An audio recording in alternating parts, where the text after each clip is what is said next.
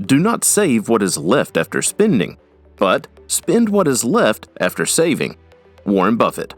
Spending money can seem like something we can't avoid, but there are actually ways to spend less and save more in order to keep cash in our bank accounts for items that we really want to pay for. Number 10. Recycle. Not only is recycling good for the environment, but it's also good for your savings. Currently, everyone knows what it means to recycle. It's basically the act of reusing perfectly usable items rather than throwing them away just because they're not brand new. Every day, people toss things in the trash mindlessly, only to purchase something exactly like it later, when they could have utilized the item that they tossed away. An example of this is gift bags.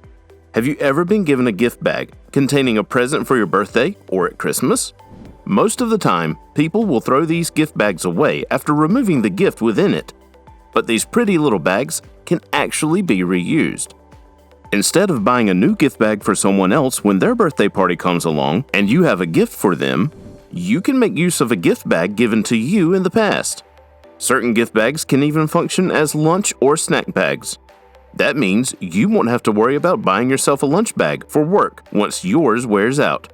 Recycle a gift bag and call it a day. Number 9. DIY. The term DIY means do it yourself. And what this encourages is that people make their own products rather than relying on purchasing the very same things that they can simply make themselves. DIY videos are more popular than ever nowadays, so there's a lot of content out there to help you with creating your own things when you need to. A great example of when DIY creations come in handy would be at celebrations like Christmas and other parties. You don't necessarily have to go out and buy decorations for these occasions. You can look up a DIY video online and have someone teach you how to use everyday items to create stunning decorations. Number 8. Cook in bulk. The concept of cooking in large amounts is self-explanatory. All it means is that you designate a day during the week to cook enough food for a few days so you won't have to buy ingredients to cook your meals every day of the week. This also stops the problem of purchasing food during your lunch break, as you'd have a meal prepared from a few nights ago to consume when it's time to eat. Cooking in bulk probably sounds unappealing since it requires standing in the kitchen for longer on a couple of days throughout the week, but it's actually a very good way to avoid spending money on ingredients every day for cooking. This goes hand in hand with the concept of buying in bulk, as it encourages the purchase of plenty of groceries at a time to make this food. Doing this is a lot better for your savings and stops you from spending more money than you need to. Number 7. Bike. If you're able to ride a bicycle and you own one, then you should definitely try to use it more. Using your bike to take you from place to place instead of driving or taking the bus is a great way to stop spending money daily. Riding a bike requires no cost at all since it only relies on your strength to move it forward. There's no need for money to be spent on any form of maintenance due to its design. This makes it the perfect mode of transportation for someone trying to cut back on their expenses. It's also really good for the environment and your health to use a bicycle rather than a car or bus. For longer distances, you may feel weary about relying on the strength of your legs to get you to your destination, but you'll thank yourself later for choosing to use a bike from time to time. Try designating a week out of every month to using a bicycle rather than a mode of transportation that requires fuel. The difference in your savings will surprise you. Number 6. Cancel unused subscriptions. Often, we sign up for different programs that we're interested in during a particular phase in our lives. And while we do enjoy the benefits that come with these programs while we're actively using them, as time goes by, we can sometimes become disinterested as other things catch our attention, or we become busy with events that pop up. This is when we need to be smart and remind ourselves of those subscriptions and memberships that we joined in the past and cancel them as soon as possible. It can be so easy to forget that our credit or debit card information is logged into the system of a streaming device or other platform that we're no longer using, and that's how we end up spending an extra $14 monthly without even realizing. So try to think back to the services you subscribe to. Are you benefiting from them? Is there still an interest, or have you become occupied with other things?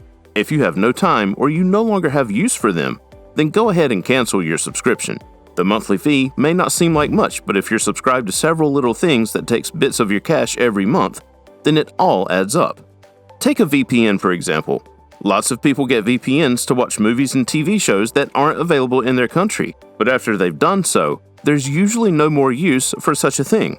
With the events of life bombarding them, they end up forgetting that they still subscribe to their VPN, even though they no longer have use for it. And this causes the unnecessary spending of money. You need to be smart. Look back and cancel everything you no longer have use for to alleviate the stress on your bank account. Number 5. Organize no-spend days. A no-spend day can be a day where you decide to spend nothing or as little money as possible as you go throughout your day. It sounds difficult in theory, but with enough self-control, you'll be absolutely fine. A lot of the time, we end up spending money on things that we really don't need. You don't need to buy a packet of chips when you're hungry. You can make something at home and eat that instead. You don't need to buy a beer after work. You can carry a bottle of water from home to sip on when you're thirsty. And you can certainly do without that t-shirt you spotted in the window of a store on your way back to work after lunch. It doesn't matter how cheap it is or what the discount is, you don't need it. Arranging a no-spend day once a week or every 2 weeks can do wonders for your savings. You just need to practice self-control on such days. Number 4. Cancel cable. Cable TV has become pretty obsolete in this day and age, so canceling that extra expense would cause little to no consequence. People can end up spending over $100 on cable TV even if they don't utilize it daily. Yeah, there's the news and movie channels, but for everything presented on cable, there's a streaming service that provides it. There's also the fact that the news presentations are becoming readily available on YouTube right after they air, so if you're worried about spending too much on streaming services, there's always that. Since everything is available online in this day and age, getting rid of cable and the expenses that comes with it would be better for you than anything else, since you won't be missing out on anything by doing this. So think about it. Whatever channels are coming with your cable package are definitely available on a streaming service. So rely on these services rather than cable today. Number 3. Utilize home remedies. Expensive skincare and hair products are often advertised to us as a must-have if we want to look good. While it is important to maintain a good appearance, it can also be unnecessary since most of the time, what's shown on TV doesn't always work as well as presented. And also since there's lots of remedies that you can make at home, which can serve the same purpose as the expensive products displayed before you.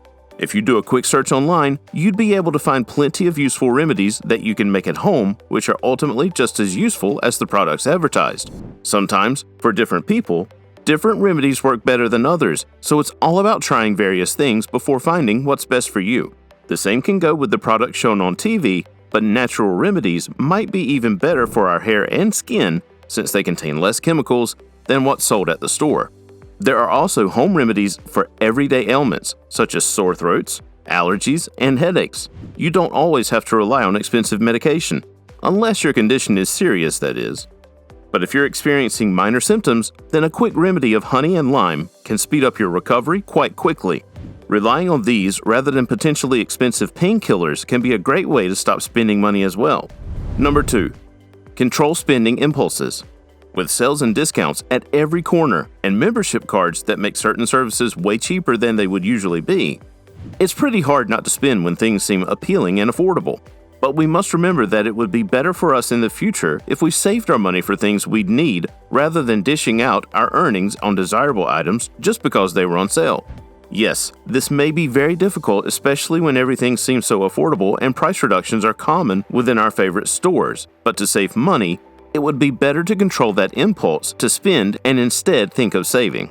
Just like you can arrange a no-spend day, you can probably arrange to have a day where you spend like crazy once you've taken control over your finances, after saving steadily for a couple of years. Surely that would be a just reward for practicing so much self-control for so long. If you enjoyed it so far, please like this video and leave a comment. What is your best way to save money? Number 1. Move to a smaller house or apartment. For those of us struggling to make ends meet daily, and who just want to be able to have more money later down in life, moving to a smaller living area might be our best bet if we want to cut down on costs. While it's great to come home to a wide space and to have plenty of room to stretch your legs, if you can't afford the place you're living in, or if paying to live there is leaving you with close to nothing in your savings after you've gotten paid, then you might want to consider moving to a smaller, more affordable house or apartment. Just because it's smaller doesn't mean it can't be cozy and enjoyable. Once you customize your place to your liking, you should be fine. A lot of people believe that downsizing their home can be embarrassing, but if you're serious about saving, then it may be one of your best options. You'd be surprised how much strain would be taken off of you once the rent you pay decreases.